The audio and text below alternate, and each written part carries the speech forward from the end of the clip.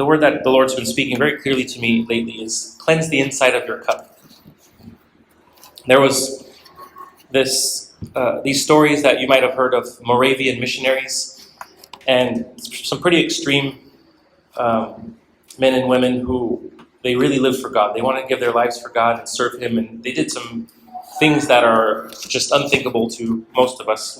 So I heard of some people joining leper colonies to get the gospel to these lepers. And at a time when they wouldn't let people who were in a leper colony come out because for fear of spreading the disease. And so these people went into a leper colony with the knowledge that I'm never coming out, but I'm giving my life to the Lord. There's another famous story of a couple missionaries sailing away on a boat. There were missionaries who they found out of an island that was filled with 3,000 slaves. And the owner of all these slaves, he was one owner, he said, I'm never letting anybody in here, no missionary or anything. I own these people, they're going to work for me, that's what they are, they're just workers. And there's two men that were Moravians, and they said, we've got to get the gospel to these people. We'll give ourselves as slaves for life so that we can give the gospel to these slaves. And people called them crazy, and then on the boat ride, as they were sailing away, they yelled, may the lamb that was slain receive the reward of the suffering. Jesus gave his life for us. We want to give our lives for him. And when I hear it, it's really stirring. I think, I want to give my life for Jesus too. That's my first reaction. But God didn't call me to be a Moravian missionary. He didn't call me to go move to some island. So how can we give our life to him? And I think I can see the answer if I fast forward the Moravian story and ask myself a question about them. What if these Moravian missionaries got to the island and they were giving the gospel every day, but they were complaining and they didn't have the joy of the Lord? What would Jesus have said about their sacrifice, them giving their life? I think he would have said, you would have been better off staying home. You didn't really give your life. And what I saw there is that the way we give our life to the Lord, every Christian, is exactly the same.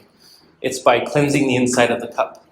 It's by, whether you're a Moravian missionary or a teenager who just came to the Lord or a widow that's 90 years old, the way that we give our life over to the Lord is the same for everybody. And that's by cleansing the inside of our cup, saying, I want to be like Jesus. I want to rejoice in the Lord. I want to be full of his love.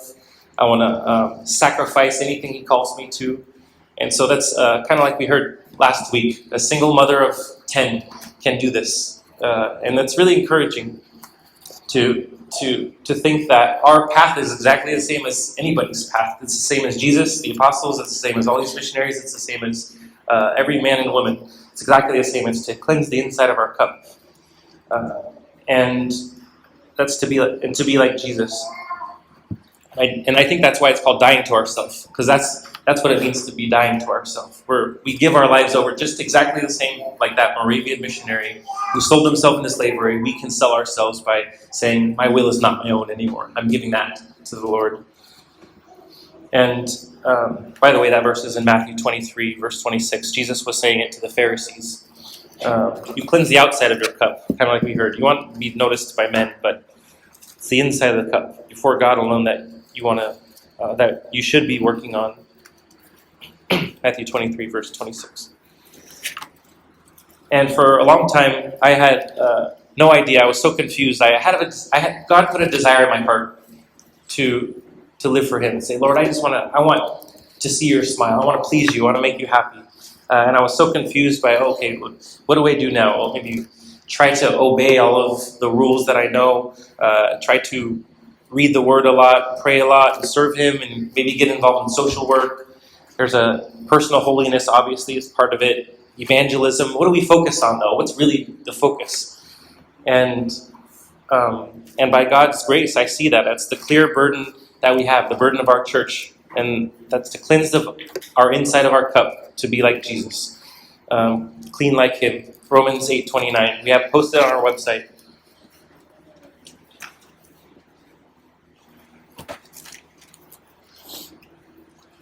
For those whom he foreknew, he also predestined to become conformed to the image of his Son, so that he would be the firstborn among many brethren. He conformed us to be in Jesus' image, not just to do what Jesus did, not have a ministry like Jesus did, but to have his character, to be merciful like him, humble like him, to love the Lord like him, and be free from the desire for the world, for freedom from anxiousness, to have all those inward qualities that Jesus had. And I imagine if someone offered me a laptop, and it was a top-of-the-line laptop, and maybe this was a $5,000 laptop, and it had an immaculate screen, and it was so fast, I would be pretty excited. But then if I started using it, and I opened the calculator app, and I type in 2 plus 2, and I press equals, and it gives me 5. And then I'm finding that I'm trying to do different things, and then I'm finding it's sending my bank account to hackers in some other country. I think I would throw it away, no matter how pretty the outside was, because the inside is much more important than the outside and everything. And that's God's burden for us too. Our inside is much more important than our outside. How rich we are, how gifted we are, how many friends we have, what personality we have. We never have to be discouraged that our personality isn't as outgoing as somebody else, or that we talk more than others, some quiet people who look more holy than us. Or it's the inside. How am I cleansing my inside? Do these little things that I see bother me? For example, I'm driving down the road and someone cuts in front of me and they say, come on. Like, that happens to a lot of us, but I think the question is, how will I treat that? Do I say, okay, that's something, I saw a little head of something pop up, I need to cleanse it. A little head of a snake popped up out of my yard. I need to chop its head off. Just the head came up, but I need to chop it off. What's my attitude? Jesus wouldn't groan like that, I don't think. His heart was so pure, he had fought. He had learned obedience, it says. And so he was never anxious like that. Jesus was free from that because he had fought. He had learned obedience and was tempted with the same things we are, but he learned. And I was blessed recently to see how many times, as I was reading through the Gospels, how many times it said Jesus was reclining at the table. It's like, wow, Jesus, you're reclining a lot. It's because he was never in a hurry, because he was so led by the Spirit that even when he was late, he was never in a hurry. Was Jesus late? I know of a time when he was really late to something really important. That was when Lazarus died. He was 4 days late. Lazarus was already in the tomb for 4 days. Was Jesus rushing down there? Gotta get down there. No, he waited for 2 days after he got the news that Lazarus was on his deathbed. And he was still at peace because he knew that what God's will was. He had a rest in God's will and what God was going to do. And so he was free from it. He had victory over the anxiety that drives most of us. And so he showed this is the hope that we can have, that little by little we can chip away at these things. But the lesson for me is when I see these little snakes pop their head, am I going to chop it off or am I just going to pass it by as, oh yeah, I got to be better. I've noticed that I can do that. Yeah, I got to be better. I agree with the truth. I have to be better in these little things, but to actually repent of it and go to the Lord and say, Lord, please cleanse me. Whoever confesses their sin, he's faithful to forgive us and to cleanse us. So I want to take it seriously, to mourn over my sin, and to look, not just ignore these little things that are coming up, but to cleanse my cup. And I believe one of the things lately that I've been excited about is I just have this picture in my mind of Jesus fighting a war. And he's at the front of a whole big battle. And the Lord spoke to me that I can be right next to him in that battle if I'm fighting the sin in myself. We don't have to get out on the battlefield. The battlefield is in us. So we can be a warrior with Jesus. But if I'm just ignoring my sin, and I call myself a Christian, I'm like a Christian sitting at home that should be on the field or in the barracks or whatever it is, playing Monopoly with everybody else who's sitting there. But who wants to be fighting with Jesus alongside of him?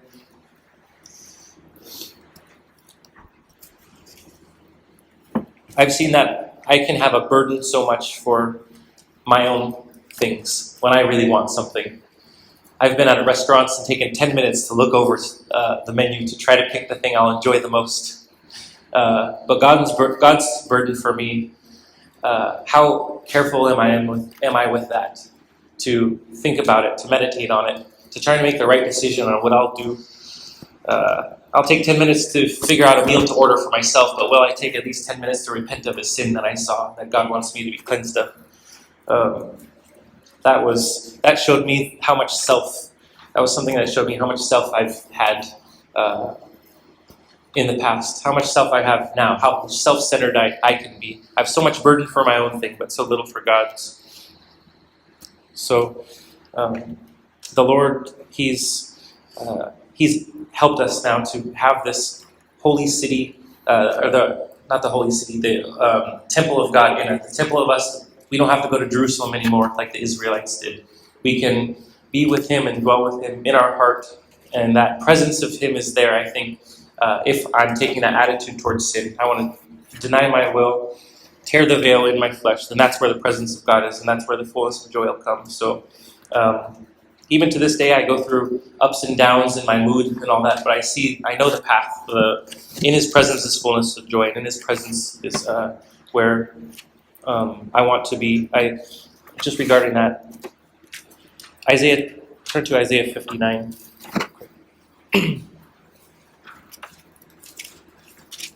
I was blessed to see this verse that somebody had shared recently, a certain part of it. Isaiah 59, verse 2. Your iniquities have made a separation between you and your God. That if I'm missing His presence, if I'm not in the Lord's presence, we all want to be there. We want to live in the presence of God all the time. Why are we not there? It's because there's some separation there. And I know there's a lot of unconscious sin, but I think mostly the Lord's talking about the conscious sin in us. That the things that I know I should be dealing with, that I'm leaving to the side because I'm just too tired, or too lazy, or too selfish. I'm busy with my own things. Those are the things there that are going to keep a divider, a separation between you and your God. Your iniquities made a separation between you and your God. The moment there's a sin that comes up, and I don't deal with it, there's a wall. And if I'm serious about, I want to be with the Lord, then I will tear down that wall. And that was the message that Jesus and John the Baptist came with. Repent. Make a straight path for the Lord. I was thinking about that recently. What does it mean to make a straight path? For God to be able to work and have a straight path where He's not hindered in my life means to repent, to turn from my sin, and have the Lord be there with me. Let the Lord have His work in me. If I repent of all things that He wants me to give up everything that He wants me to give up. And then the Lord will be able to have a clear path to be able to work in my life.